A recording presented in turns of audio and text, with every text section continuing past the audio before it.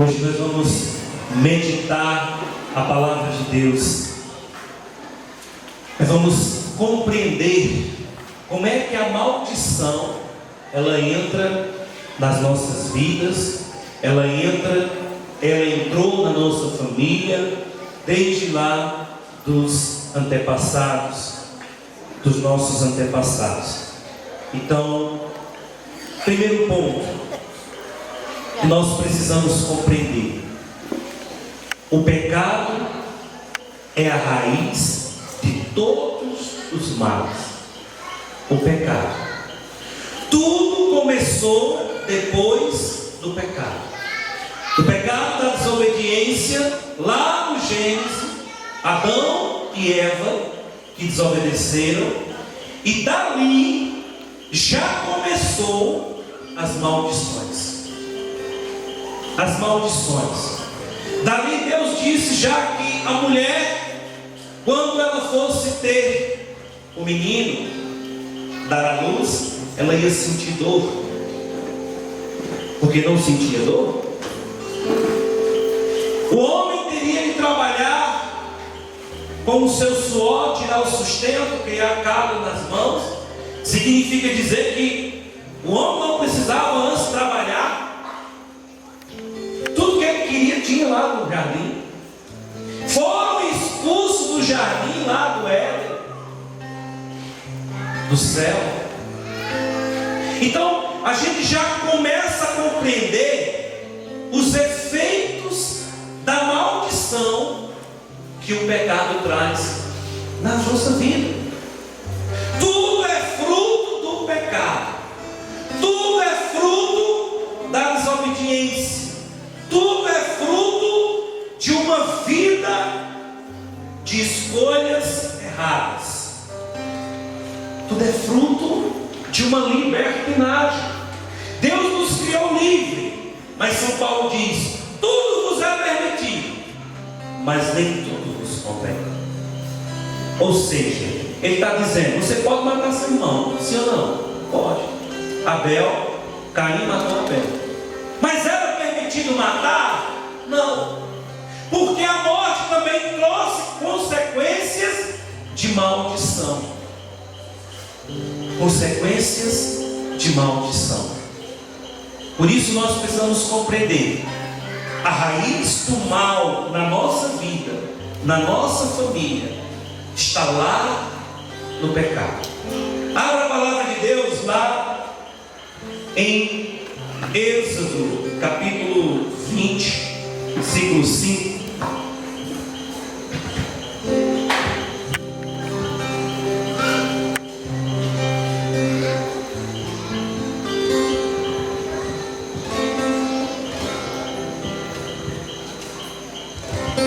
Amém? Quem trouxe a Bíblia pode abrir. Quem não trouxe, depois passa lá na loja e providencie sua Bíblia. Porque um cristão não pode andar sem Bíblia, não. Se você tem sua Bíblia no celular, está salvo, né? Tem? Está no celular? Glória a Deus. Você trouxe sua Bíblia? Êxodo capítulo 20, versículo 5.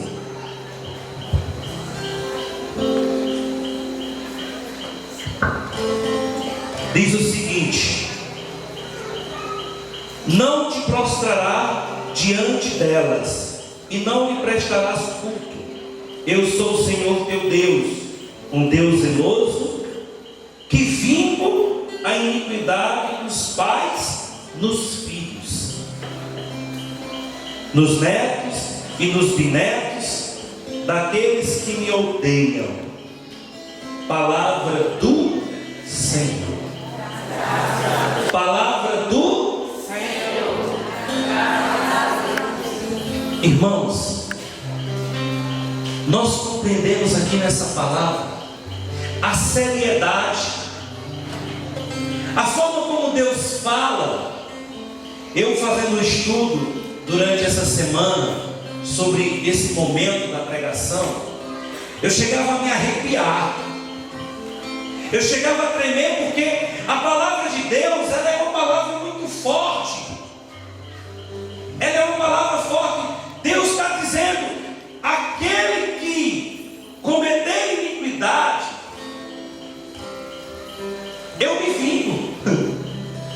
eu vivo até os netos, dos bisnetos, dos tataranetos, até a quarta geração, em outras traduções.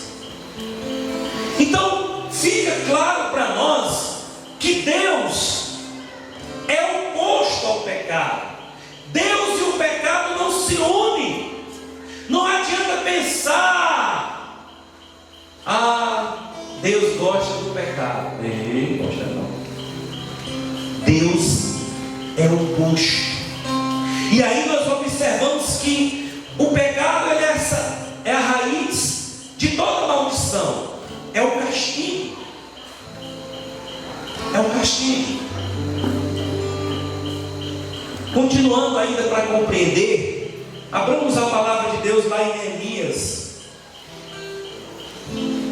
Aliás, perdão, número 14.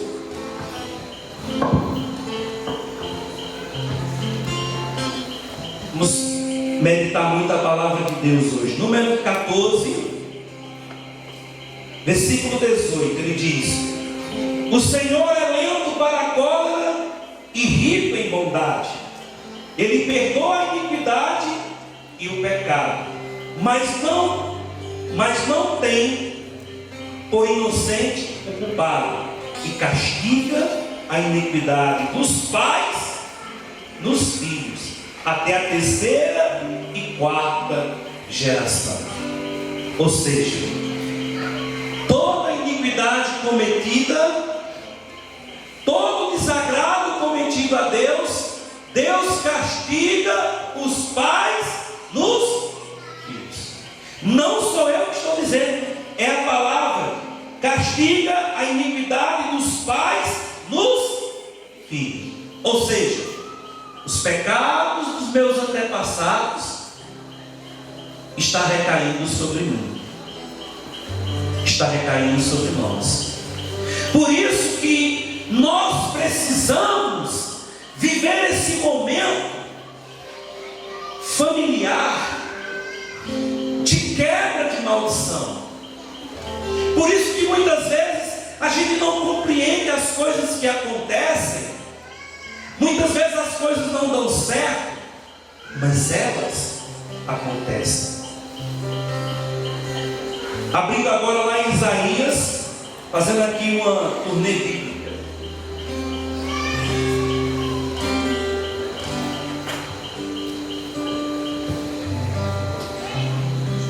Isaías 24, capítulo 24, versículo 5, diz o seguinte: a terra foi profanada por seus habitantes, porque transgrediram as leis, violaram as regras e romperam a aliança eterna.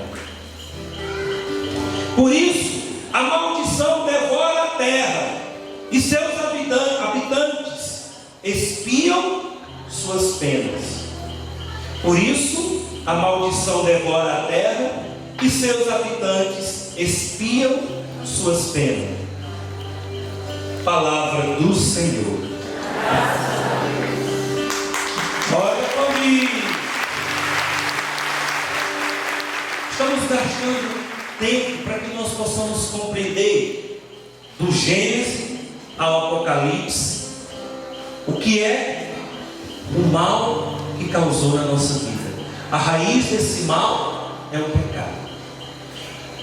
No Antigo Testamento nós encontramos a ira de Deus, a cólera de Deus, encontramos a misericórdia para aqueles que querem voltar o caminho certo, seguir o caminho certo. Nós encontramos um Deus misericordioso, mas também nós encontramos um Deus que castiga. Deus não castiga ninguém. Deus não castiga ninguém. Olha para o irmão que está do seu lado e diga: Deus não castiga ninguém. Meu. E por que é que as maldições caem sobre nós? É justamente pelas escolhas erradas que nós realizamos. O mal acontece por causa de mim, por causa que eu cedi ao pecado. mastigar, é uma consequência do pecado, é uma consequência da escolha. O que nós vivemos é uma consequência.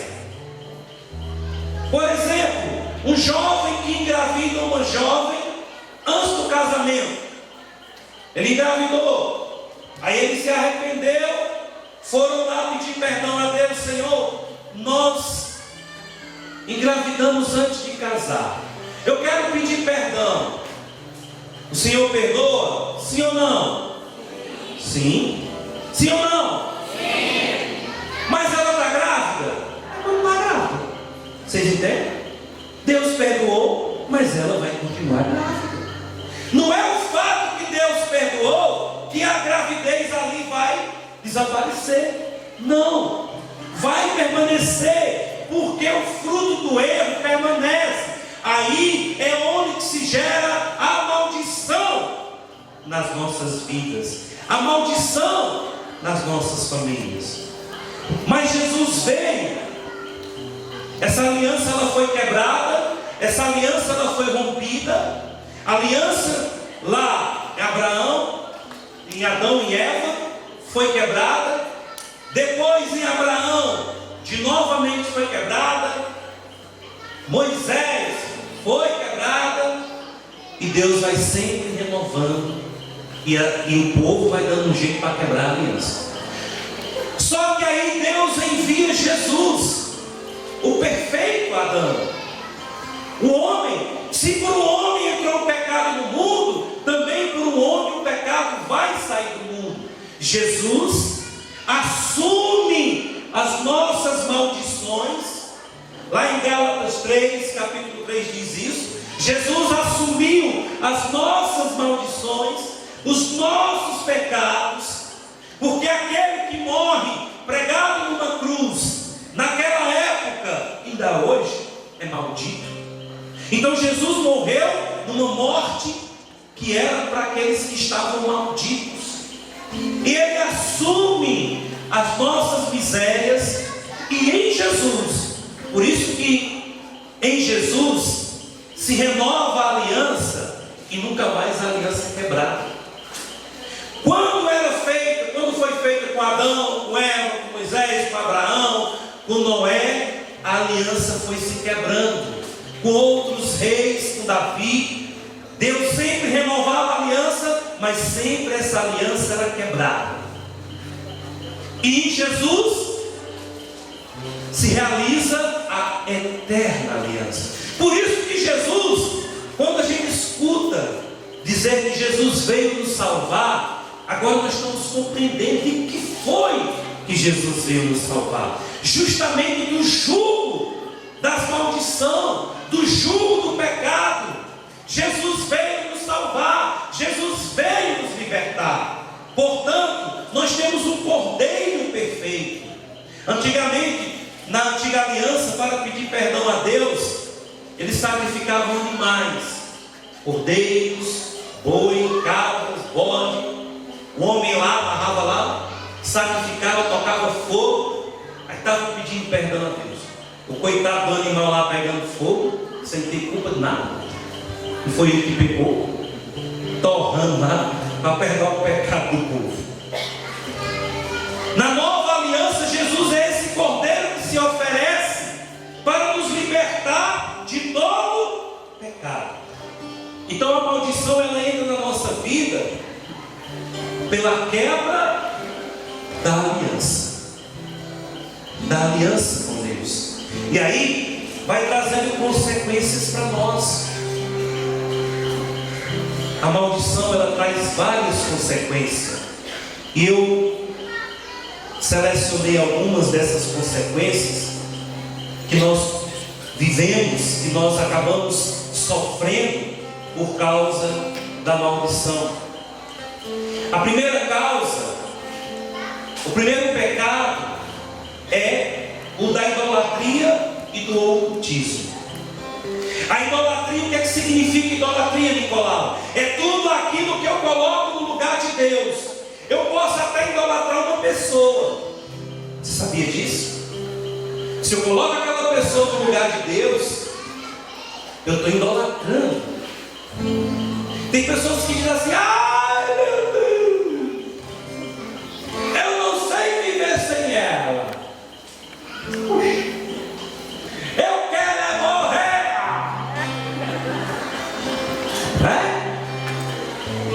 Mas vocês riem. Eu atendo muitas pessoas. E quando chega ali, a minha vida se acabou. Olhe, eu quero morrer.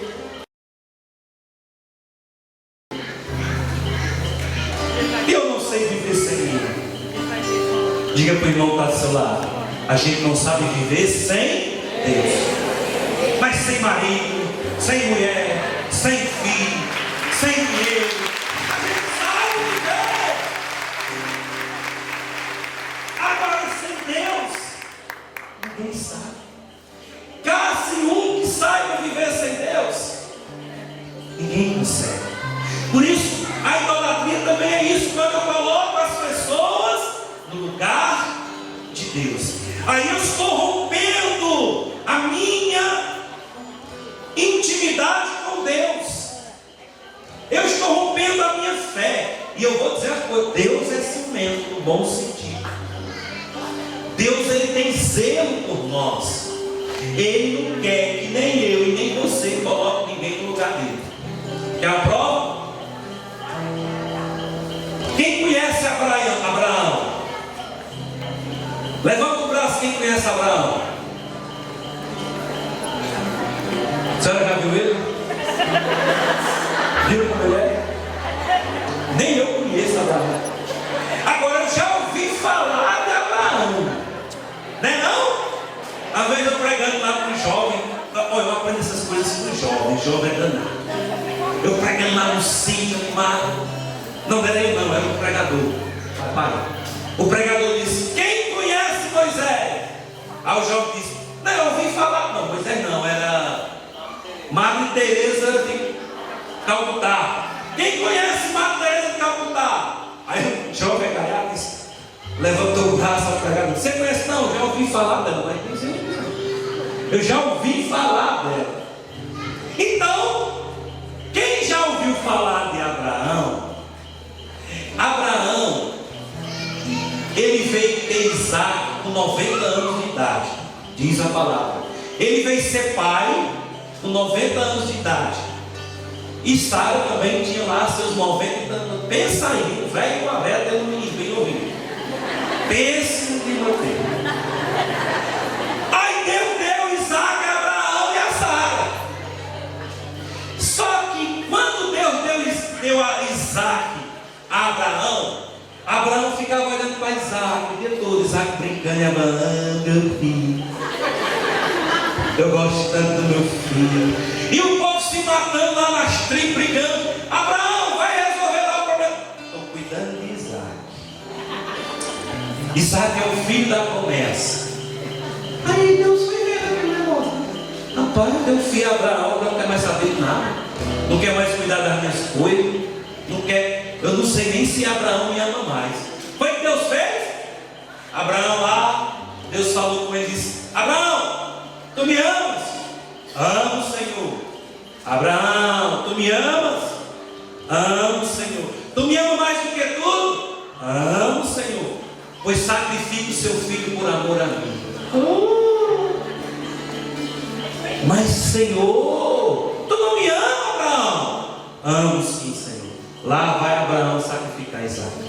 Matar Isaac. Oferecer Isaac como uma ovelha queimada. E Abraão foi. E no momento que ia matar Isaac, cortar o pescoço, Deus disse: pode parar. Você já provou o seu amor. Muito obrigado. Pode aplaudir. Então, nesse primeiro momento, a gente entende que Deus, o primeiro lugar dele, não adianta. Se você colocar alguém ou alguma coisa no lugar de Deus, ele vai dizer: mata, tira. Ou tira ou tira. Porque o primeiro lugar é de Deus. Diga para o irmão: o primeiro lugar é de Deus. Pronto. Quando a gente não coloca Deus em primeiro lugar,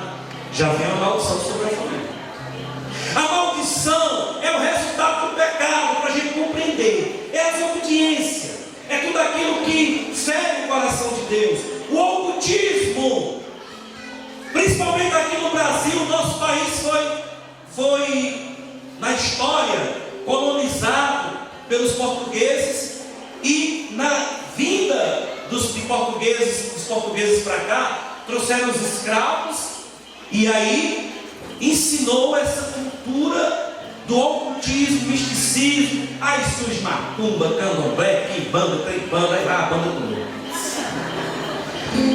E isso fere o coração de Deus, porque também o ocultismo, quando eu vou praticar essas crenças, superstição, adivinhação, quando eu vou bater o tambor, não é?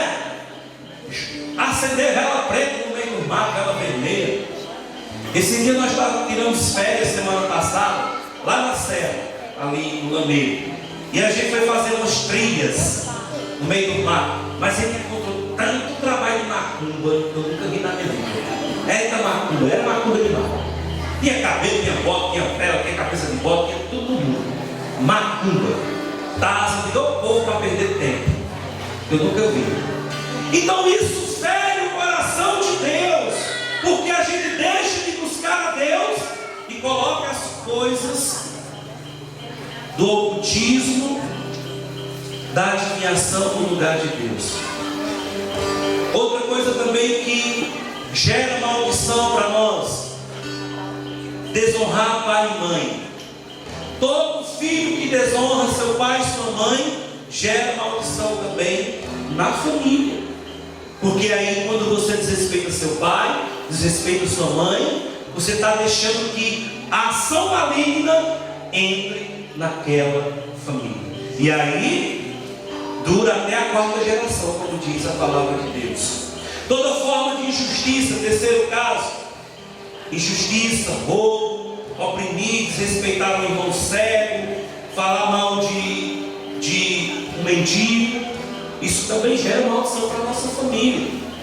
4, todo desequilíbrio sexual dentro da família, adultério, fornicação, homossexualidade, masturbação, tudo aquilo que for contra a sexualidade, isso também vai gerando maldições dentro da nossa família.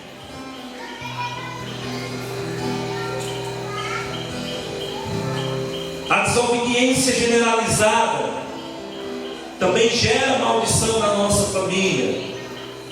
Maldições proferidas por pessoas investidas de autoridade. Que é isso? Pai e a mãe. Um pai e a mãe nunca devem dizer nada de mal contra o filho. Sabe por quê? Porque pega. O que o pai e a mãe disser, ó menino burro, pronto. Acabou. Esse aí não vai mais passar em nada. Não vai ser burro, né? Tem pai, tem mãe que diz isso, né, pai? Pai ali não. Eita, menino burro. Já perdoou ele, pai. Mas se disser, esse menino não vai prestar para nada. Não vai ver, não. Se a mãe e o pai estão dizendo isso, minha mãe dizia comigo: esse menino passar o cão só volta o rabo e o chifre. Só pode. Aí depois eu estava lá quebrando a janela do povo, indo preso, dando trabalho. Mãe não disse que, né? Só faltava o rabo e o chifre para seu cão? Não era não. Por isso que a gente não deve jogar maldição e nem dizer nada. Um pai e uma mãe jamais pode proferir da sua boca nada de mal com relação ao seu filho, mesmo que você olhe para o filho com aquela raiva e você olha assim: será que foi eu mesmo que fiz? Mesmo quando vê esse pensamento, será que é meu? Que é tão diferente, né? Quando chega em casa assim: ixi, mano, tão diferente de mim. Mesmo que ele seja diferente, mesmo que ele faça raiva, é seu filho.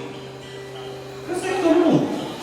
Então não pode dizer: isso aí não vale nada, isso aí não serve para nada, isso aí, olha, daqui a pouco você está visitando seu filho lá no presídio, doutora, porque você disse que não vale nada, não serve para nada. Por isso que não se deve dizer nada com os filhos Porque a autoridade do pai e da mãe, ela é respeitada por Deus. Deus deu autoridade, Deus deu poder de bênção, Deus deu poder de maldição. Aliás, a maldição vem do encargo e a bênção vem de Deus. Amém? Amém? Irmãos, aí eu pergunto: vamos clamar hoje a libertação? Jesus é Ele que nos liberta de todos os males. É por meio de Jesus que nós somos libertos. É por Ele, quando Ele assumiu a cruz, Ele assumiu a cruz e se entregou a nós. Ele quebrou toda a força do maligno, toda a força do pecado. São Paulo nos diz nas suas cartas aos Romanos: vós não sois mais escravos do pecado. Significa dizer, eu tenho hoje a força de dizer, eu não quero ceder ao pecado, eu quero romper hoje com todo o mal, quebrar, pedir perdão dos pecados dos meus antepassados, porque o seu perdão vale para Deus, tá certo? O seu perdão vale diante de Deus para libertar a sua família de todo o pecado. Falar sobre maldição hereditária, eu precisaria de um final de semana inteiro, mas eu dei aqui uma resumida, trouxe alguns elementos para essa formação, para que nós possamos entender quais são os sinais também de maldição, quando se tem maldição na família.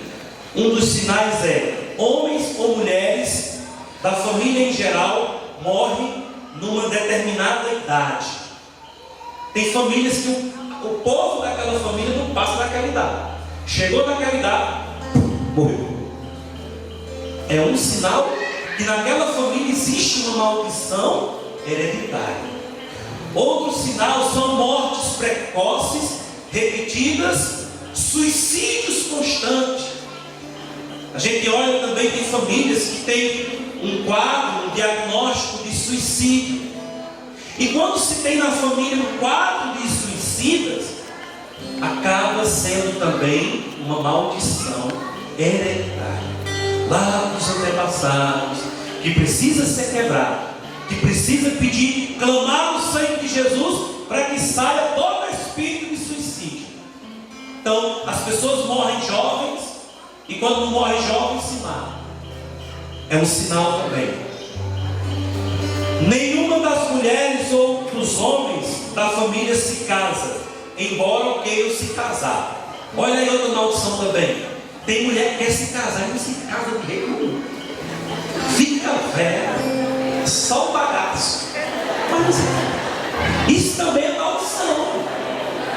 Porque depois que fica o bagaço, aí não serve mais para nada, né? Quem é que gosta de bagaço? Olha lixo. Então, tem muita gente rica, olha essa palavra engraçada. Tem gente que é doida para casar e não se casa, né? Não é o teu caso não, né, Cíntia?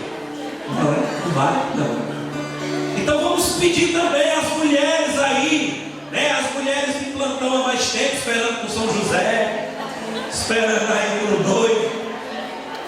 Vamos pedir para quebrar essa maldição. Se você já está com 40 anos, ninguém se interessou por você, não é não, tia? Está com 50 já, ninguém se interessou por ela. Vamos pedir hoje essa quebra dessa maldição, né? Não vai nem precisar ir lá na festa de Santo Antônio pegar no pau da bandeira, não. Hoje, quem está querendo um marido gostou do marido, vai se casar. Então, a gente ri, mas é sério. É sério. Pedimos também a quebra da maldição para que as pessoas se casem. Todas as pessoas de uma mesma família são alcoólatras, ou há casos repetidos de doenças que se estendem por várias gerações, principalmente doenças crônicas. Por exemplo, tem uma família que pode ter doença de coração, isso vai se repetindo de pai para mãe, né? E até a medicina fala que é hereditário.